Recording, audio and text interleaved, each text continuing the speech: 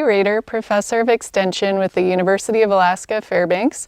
I'm here at the Porter Hill Farm today with Adam, Charlotte, and Joanna. They do some amazing things here. They grow a variety of vegetables, raise rabbits and goats, as well as a ton of raspberries. So we're gonna learn a little bit more about what all they do here today. So you've got you call it a hole in the ground root cellar here?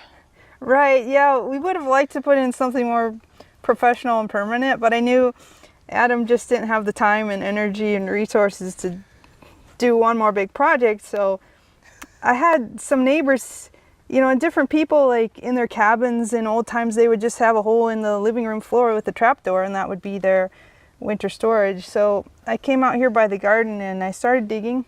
The hole is 3 feet by 2 feet and about 7 feet deep. So you have to go 4 feet to get past the frost line.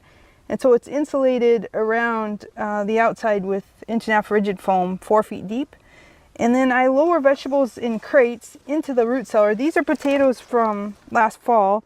I've used it for 3-4 years and things keep perfectly. Right now, Adam said it's 49 degrees and 99% humidity in there. And then we have a Bluetooth temperature gauge and moisture meter. And in the winter, it's right above 32 degrees, but nothing's ever frozen in there. So it's worked super well and it didn't really cost anything except some sweat equity to dig it out. And the other thing is our soil is compact silt here, so it's very stable. And it might not work in other soil, but it works really well in this silty soil. And you dug it all by hand?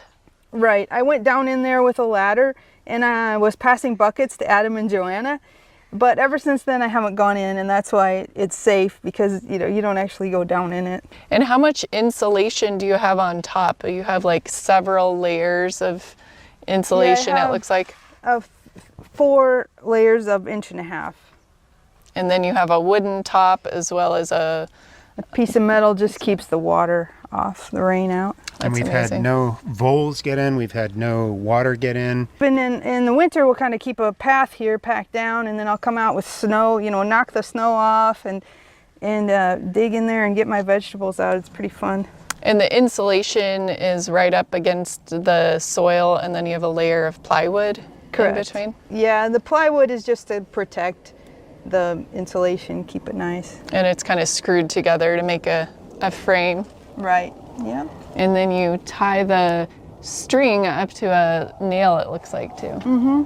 And that's enough root vegetables for you for the winter? Correct, yeah, it fits 2 crates side by side, 3 layers deep, and I can go 4 or 5 layers deep in early fall. And then as we eat some, it gets down, but yeah, so it's 4 feet to get below the frost line, and then it's 3 more feet at 7 feet deep.